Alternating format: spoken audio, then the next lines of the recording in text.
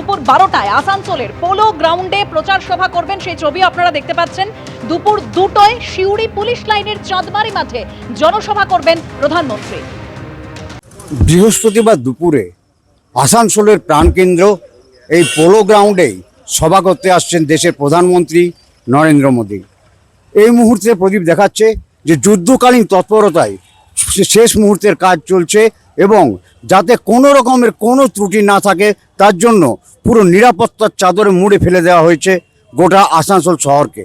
এবং একটি বিশেষ তাৎপর্য রইল এই সভার, যে ঠিক এই যেখানে সভাস্থল করা হয়েছে ঠিক তার পাশেই, অর্থাৎ আমি যেখানে দাঁড়িয়ে তার বাম দিকে, এই অন্ধকারে বোঝা যাচ্ছে না জায়গাটা, সেখানেই তৈরি করা হয়েছিল হেলিপ্যাড।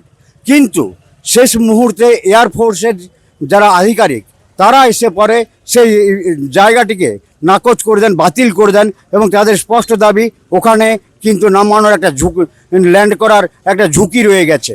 তাই এখান থেকে প্রায় 3 কিলোমিটার দূরে লোকো গ্রাউন্ড বলে একটা জায়গা রয়েছে, সেখানেই লাস্ট শেষ মুহূর্তে তৈরি হতে চলেছে হেলিপ্যাড।